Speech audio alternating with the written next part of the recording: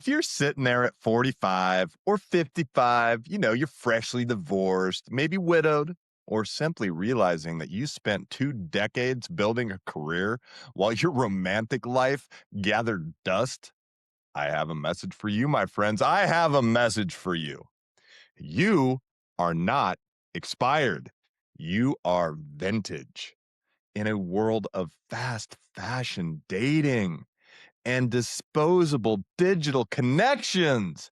Vintage is exactly what the market is craving because you represent durability in a world of planned obsolescence. Most of the dating advice that you see online is written for 22-year-olds with zero assets and even less emotional intelligence. But tonight, we are throwing that freaking script right in the trash can, my dudes, because that is a dumpster fire of boring. They are playing checkers, my guys. But you are ready for a masterclass in chess, where every move is backed by neuroscience and experience, baby. Tonight, we are performing a psychological and biological deep dive into why the second act, you know, when you turn 40, right? Of your dating, it's actually the strongest position yet for you, my guys. You have no idea, but I'm going to let you know because before we get into the neurochemistry of, the mature brain, I'm going to open a loop for you. By the end of this segment, I am giving you the 5-second vulnerability hack. That's right. It is a specific verbal shift that instantly signals to a woman that you have the emotional competence she has been starving for. But the real reason that you're here is for the big deliverable, baby. And I give you those at the end of the episode. What is it today? I'm giving you the analog alpha playbook.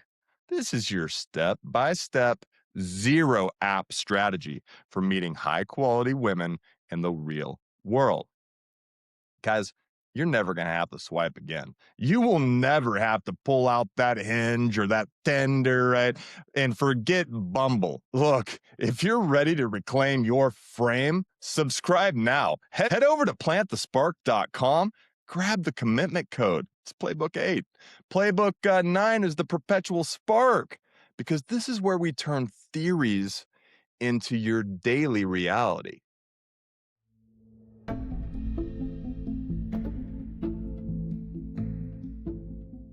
You know what? One of the greatest lies that we are told, yeah, it's that our prime ends at 30. But biologically, that is complete freaking nonsense, my dudes. Look, while a 22-year-old man is a walking dopamine storm, right? Volatile, impulsive, constantly chasing the next high like a lab rat on a lever, the mature male brain has undergone a massive upgrade. By your 40s and 50s, your PFC, the prefrontal cortex for all of you guys who watch Plant the Spark, it's fully integrated, baby, and myelinated, meaning the insulation on your brain's wiring is thicker. Now, what does that mean in real life, right? What does that mean, science guy? Well, it means you have higher levels of emotional regulation and a much more stable hormonal profile. Now, while your raw testosterone, right, as you grow older, it might see a gradual decline. Guys, your brain's sensitivity to oxytocin, which is the bonding hormone, the one you need for the sexy poo. Yeah. And the vasopressin, which is pretty much the protective slash commitment hormone, they actually freaking increase. I mean, these things skyrocket as you get older. I mean, consider the exploratory phase of a 20-year-old versus the generativity phase of a 50-year-old.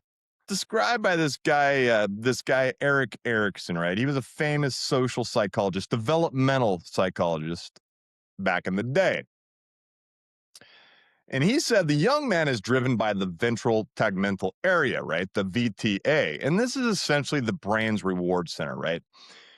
And when you're driven by the VTA, I mean, you are prone to this thing called the shiny object syndrome, or at least that's what I like to call it, because that's what they do in relationships, right? The next biggest and best thing. Ooh, she's cute. Ooh, she's cute. Ooh, I'm leaving her because she's cuter. But guys, you, the older gentleman, you're driven by integrated neuroplasticity, which allows you to synthesize complex emotional data that make those little boys look like squirrels. For instance, when a woman is frustrated, how's the boy going to react? Probably with defensiveness, anger, right? Because his amygdala is still running the freaking show. The EM man, the ethically masculine man, the type of man that we are building here at Plant the Spark, we react with regulated nervous systems because our PFC can downregulate his amygdala. I mean, that stress response, it goes through the floor. Now, why? Because your PFC is controllable, man, and you are in control because you've been working on it. Yeah, you've got the experience, man. Life has taught you how to emotionally regulate. This is why so many younger women want to date older men. And when I say younger, I'm talking about, 25 and up, right? Now, the 5-second vulnerability hack, right? This is the thing that I want to teach you today because you can do this because you've got regulation, man. All right? I mean, like most when you're on a date, right? There's a lot of tension, right? Tension's usually high, especially if you've just met the person. And most dudes try to act cool, right? They try to act stoic, and this actually increases her cortisol. Here's what you need to do instead. Here's a script for you. I have to be honest. It has been a long time since I have felt this much of a spark so quickly. And it's actually making me a little bit nervous. By naming the emotion, you utilize affect labeling. Affect labeling. This is right from the research in UCLA. It shows that when you say something like this, it instantly reduces the amygdala activity in both you and her. What you're doing is you're signaling a safe space. You're signaling that you are safe enough to be honest, right? And this is a high level EM signal that a 20-year-old boy simply does not have the software to run. Guys, you are working from an advantage if you just learn how to use it. You have got to become that ethically masculine man if you're not there already. But I've got the answers for you, boys. The mature advantage, the hypergamy shift, if you will, because that's exactly what's going on here. So let's talk about hypergamy without all the red pill manosphere bitterness, because that's all they've got is bitterness and hate. I mean, the dorks in the red pill space will tell you that hypergamy means women only want the 25-year-old underwear model with the 8-pack. Now, again, if you're that guy with some emotional regulation, with some ethical masculinity, look, you're in like Flynn, baby. But we're not talking about you today. We're talking about the older guys. Because guys who think that that's all hypergamy is, they're completely wrong, right? They don't understand that women, and as women mature, especially, right? Especially those into the 30s, right? At least, right? And 40s. Guys, they're looking for a second chance, right? And so their hypergamous filters, they start to shift from physical dominance to competence, right? Competence and status, right? Now, in a world that has largely devalued raw physical brawn, like our world today, the new alpha, right? If that's what we want to call it, which I don't like that word, but if we're going to call it that, it's the guy who has three things: autonomy, competence, and relatability. I've talked about it here so many times, it's hard to count, boys. This is the ACR, and it is the foundation of the EM man.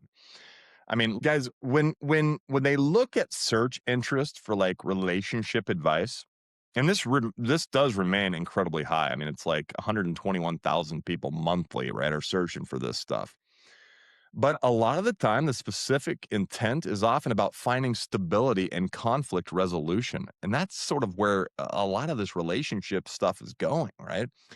I mean, you've spent years building a life. I mean, you've got resources at this point. You have a home, but more importantly, you have social capital. A 20 something boy, they have potential. They have potential. But you have proof, right? You have proof. And what do you think a woman wants? Potential that she has to sort of mother into manliness, or a man that she can fall into his arms? I mean, research in evolutionary psychology shows that women across all cultures value resource acquisition ability. Resource acquisition ability doesn't mean you have to be rich. It means you have to have the ability to acquire resources, and they love stability as they get older. So when you walk into a room, right, your ethical masculinity is signaled by your presence, your lack of desperation, and your ability to lead. And women go crazy for it, baby. The ACR framework is your unfair advantage, if I'm being real. And you should thank me for it, or not. It's okay. You can still use it. Look, autonomy means you don't need her to be happy. You don't need her to be happy. This removes the neediness that kills attraction. Why? It's not that you don't want her happy, it's just that you don't need her happy for your own validation. Look, the second thing is competence, right? It means you can fix the sink, you can lead the dinner reservation, you can handle the taxes, right? And this triggers something primal in a woman. It's not about beating crap up now. It's not punching dudes in the face or protecting her from that saber-toothed tiger. But I mean, you are definitely hitting that safety accelerator. And then third, you've got relatability, right? It means you can actually hold a conversation about something other than your gym personal best, right? Or your crypto portfolio. Crypto.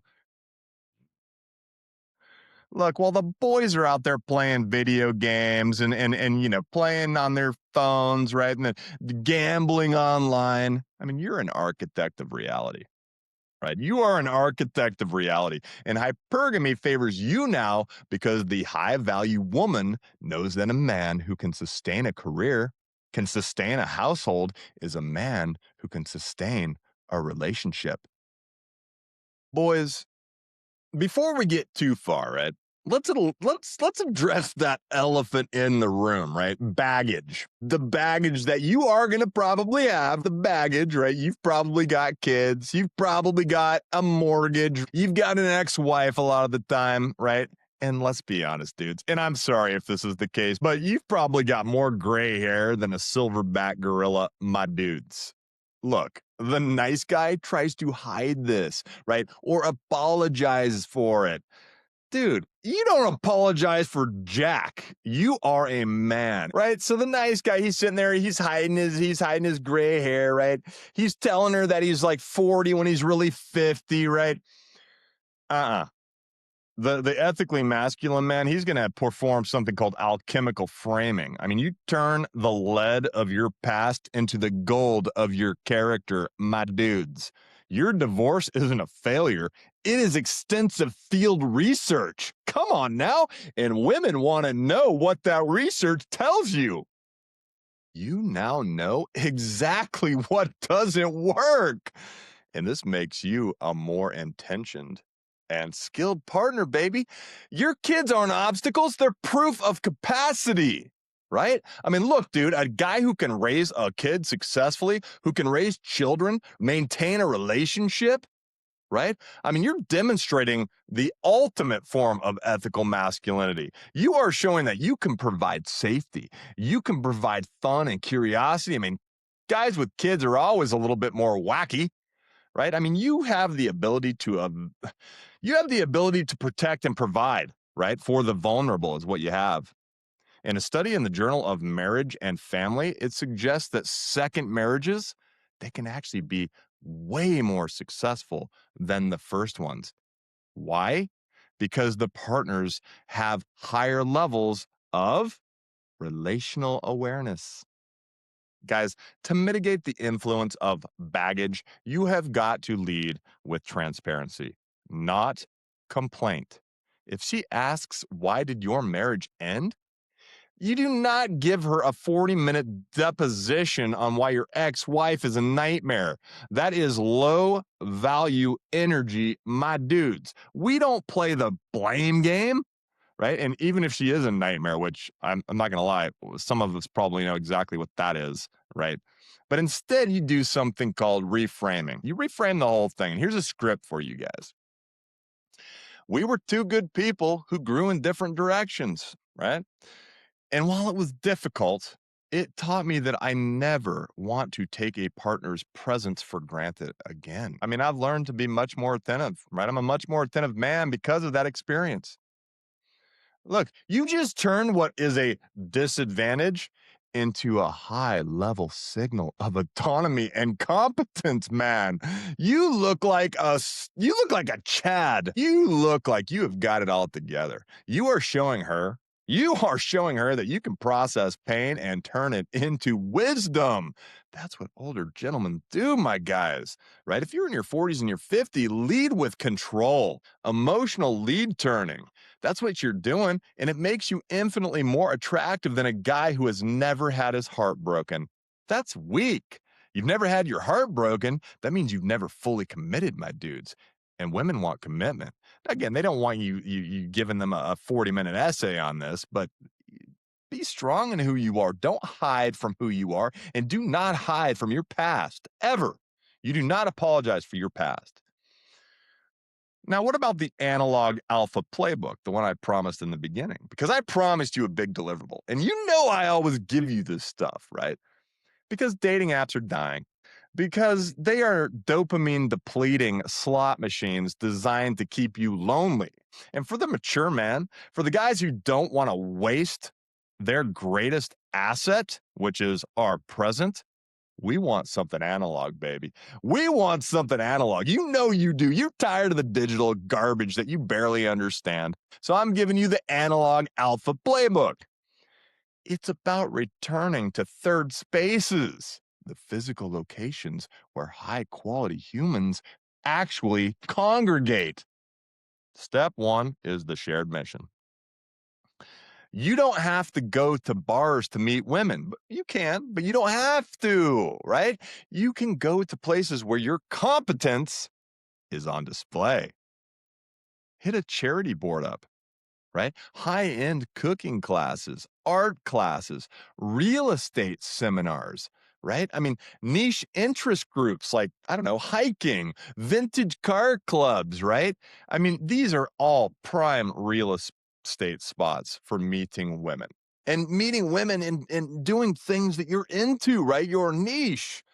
I mean, these environments provide social proof before you even open your mouth. Step two is the 3-foot rule. Look, if you are within 3 feet of an interesting person, you must make a micro observation every time. For example, I don't know, you're at the grocery store, you're walking down the aisles, right? You're picking out the Cheerios, and you see some chica. You don't use a line, you use a relatability script. All right. It might look something like this. I've been staring at these avocados for 3 minutes and I'm convinced it's a freaking trap. Do you actually know how to pick a good one? Or are we both just guessing?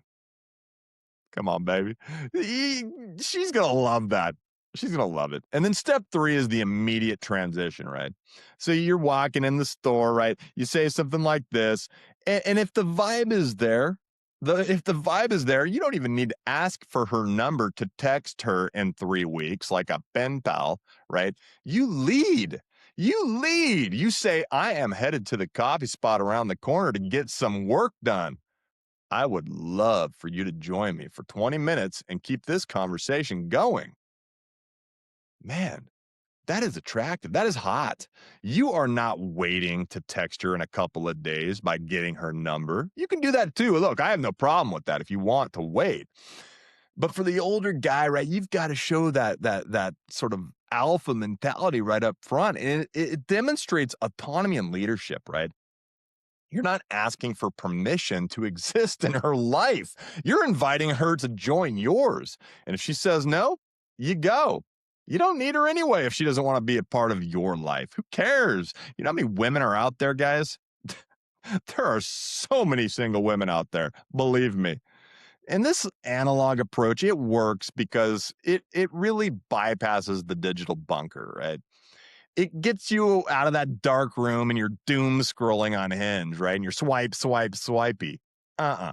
I mean, this stuff speaks directly to her biological need for a man who can actually show up rather than a little boy who doesn't understand women and gets all mad and punches holes in the wall when he's upset.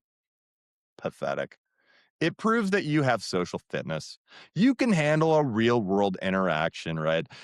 And I'm telling you right now, boys, this is becoming a rare and highly valued skill in 2026 because the ladies are looking for something different. They are tired of the fuck boys, right? They're tired of the one night stands. I mean, those are fun. Don't get me wrong. I've been on quite a few of those. But look, if you want something deeper, then you got to commit, man. You got to give them more than just a little bit of six pack or 6 inches. Look, what's the conclusion here? What is the final push to dating in 2026? Well, look, dating in 2026, it's a comedy of freaking errors. You are going to meet millennials who want to process every minor convenience for 4 hours until you both have to take a freaking nap. I mean, good God. You're going to encounter some Gen Zers, right, who think a situationship is a legally binding contract. It ain't, ladies. It ain't. You're going to hear terms like gaslighting. You're going to hear terms like empathy, right?